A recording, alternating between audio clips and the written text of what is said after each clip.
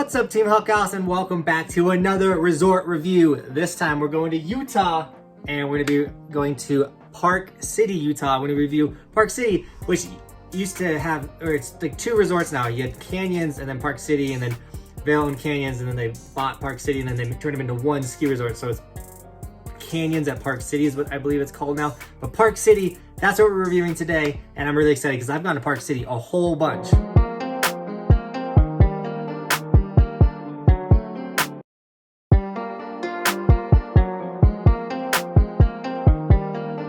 The way we do these resort reviews is we have 10 categories, and every category is rated from 0 to 10. 0 being not applicable, they don't have it at all. 1 being terrible, 5 being average, and 10 being best in the world. This is the best you can get. So, and then at the end of all 10 categories, we take all the scores together and we give it a score from 0 to 100, and we'll see what they get. Now, if you want to go to Park City, this is designed to help you decide if this is a trip worth going on, but we have done other ski resorts. So check out the playlist right here if you want to see, maybe you want to go to one of those ski resorts. And I'm really excited. We're bouncing around the entire United States. I've snowboarded all around the US, and I have more coming your way. So be ready for these resort review videos. Now, Park City is owned by Vail Resorts. So if you have an Epic Pass, that's going to get you into Park City, but there's also like day pass and stuff like that. And this leads us into the first category, price. How expensive is it to go to Park City? Because it's owned by Vail, Vail has so many resorts, and it's kind of set the standard for pricing. It's a pretty average price. You buy the Epic Pass, which is the $1,000 season pass, which is honestly an incredible price for a season pass. And then it's I think $112 right now to get a day pass. So it's pretty average. And so on pricing to go there for lift tickets only, that's about a 5. And the majority of these bigger resorts are going to have that average rating because it's the big resorts. This is where people go on trips, so these bigger ski resorts.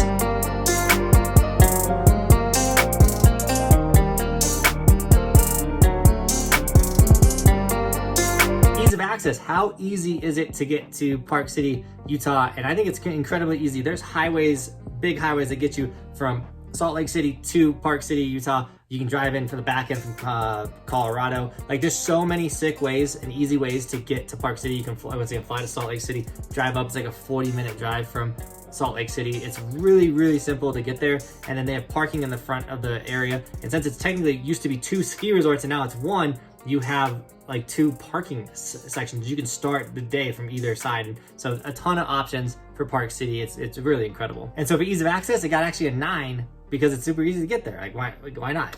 Go. Now, lodging. So we now know the price of the tickets. We now know it's easy to get there, but can we just stay there? And lodging, they have so many options. You can stay on the Canyon side, you can stay on the Park City side, you can stay in town and do like Airbnbs or hotels. Like, there is so many. And Park City hosted the Olympics before, so I don't even know if more housing popped up because of the Olympics, but like, there's places to stay in Park City. So for lodging, it got a 9, and I didn't give it a 10 for lodging because I don't think it's the best lodging in the world. I think there's places out there with better lodging, but it's a 9. It's like right there. It's like incredible lodging.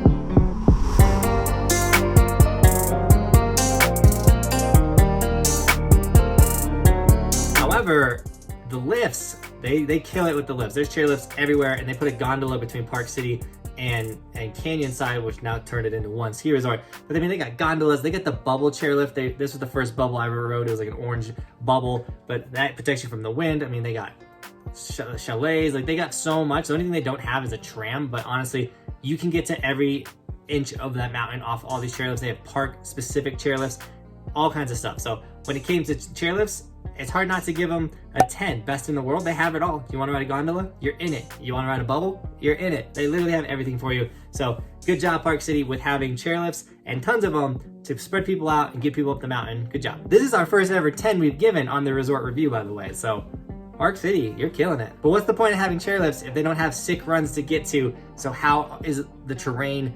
How is riding Park City? And it's pretty sick. They have a lot of groomers. It's mainly groomers, a lot of runs. They have a bunch of sick tree runs. The one thing that they're really lacking is high upper mountain, epic mountain terrain. There's not a lot of above tree line skiing. I don't even think there is any above tree line skiing. There's a bunch of sick aspens to ride through in the trees and stuff, but you're lacking that epic bold, big mountain riding feeling. It's a lot of like groomers. Doesn't mean it's a big mountain, but it's not like high and everything. So they got an 8 when it comes to the riding. there's a lot of options. There's a lot to ride. There's a lot of steep sections, but they're lacking that one spot. So they got an 8. Now, how is Park City's park? You know me, I'm a park rat. I love the park. And this is a big reason why I'd actually head out to that area, was to ride Park City. I ride Park City. The edits that would come out, like, it was amazing.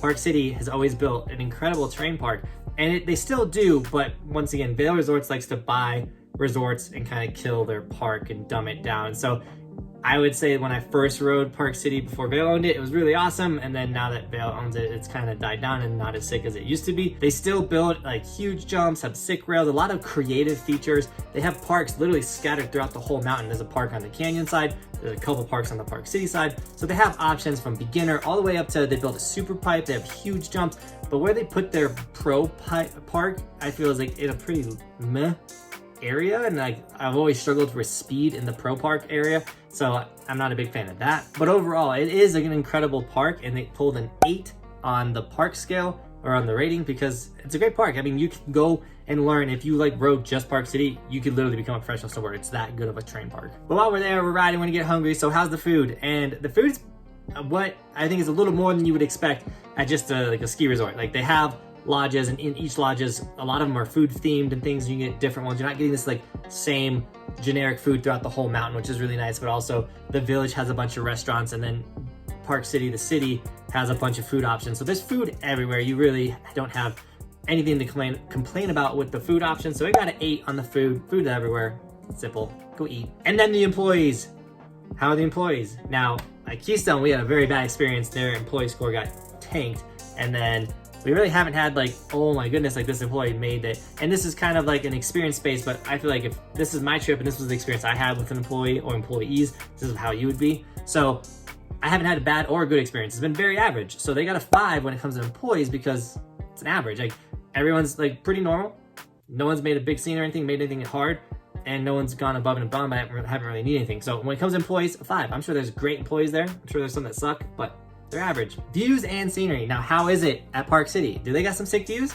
And they're not bad. They're definitely good views, but they're not like Colorado Telluride views, Silverthorne views. Like, they're not, whoa, they're good. I mean, you're on a mountain. Every time you're on a mountain, it's a good view. But overall, it's kind of like looking over a big empty field, and it's okay. I mean, they got a 6. It's above average because you're on a bigger mountain, but it's not that incredible. And the last option, would I go back? And the thing about Park City is, last year I did not go back. And even this year I'm on the fence, like, do I want to go ride Park City again, or do I want to go ride a different Utah mountain?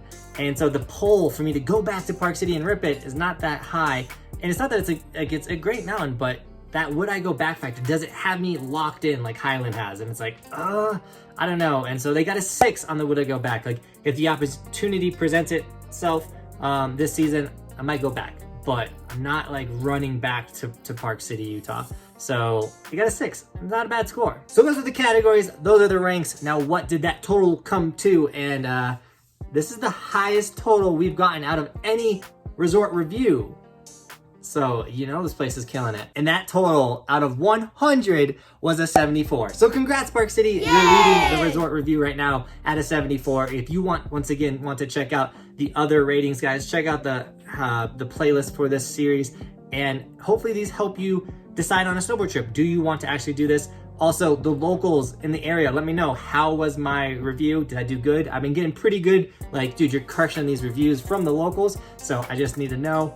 Like, I feel like that, I need to know. But also, guys, where are you going next? Which resort should we review next? We're kind of bouncing around the United States. I don't want to do just Colorado resorts and just East Coast, and you know what I'm saying? Like, let's bounce around. Let's get to all the resorts that we've been to. That way you guys have the option to go, you know what I'm saying? Not everyone's just gonna go snowboard in Colorado. With that being said, if you enjoyed this video, smash the like button, guys. It helps the YouTube algorithm. It lets more people see this video. If more people see it, more people can take vacations, and then they can like snowboarding. And the more people we get into snowboarding, the better. My goal is to help you guys become the best snowboarders possible, but also bring as much of the knowledge that I've learned from snowboarding for over the last 11 years and share it with you guys. Another really cool thing is the Colorado Evolution sticker, is back in stock. If you missed this sticker, it is now available. Once again, they're a pretty sick sticker, but I also just released these black and white stickers. None of them are exactly the same, fully custom Evolution black and white stickers. These are pretty cool. They're also linked in the description. And if you snag any of the stickers, tag me on Instagram and I'll give you guys gear and sticker shout outs. But make sure you follow my Instagram because then you'll know if I am traveling to a new ski resort, or the stories just keep you up to date at what resort I'm at. So maybe I'll be at the same resort with you and we can go take some turns together. But also I post a lot of bonus extra content there. So make sure you're following the Instagram. You don't want to miss out on all the cool, fun, new stuff that we're doing and just bonus content on Instagram. Lastly, if you want a map of the entire United States, this is linked in the description, as well as any of my snowboard gear, my goggles, hoodies, face masks, t-shirts, any of my gear, guys, it's all linked in the description. And with that, Team Buckhouse, thank you so much for reviewing a resort with me today. And as always, thanks for watching. Keep evolving, and we'll see you guys tomorrow with another video. I'm on top of the ocean, living like life ain't frozen, feeling my feet been chosen for something other than motion, yeah. Mama told me I'ma be somebody. I ain't never gonna need nobody, no, no. I ain't never gonna need nobody, no cliff. That was ridiculous. All right, I'll try not to throw a bunch of snow in you guys' face this time.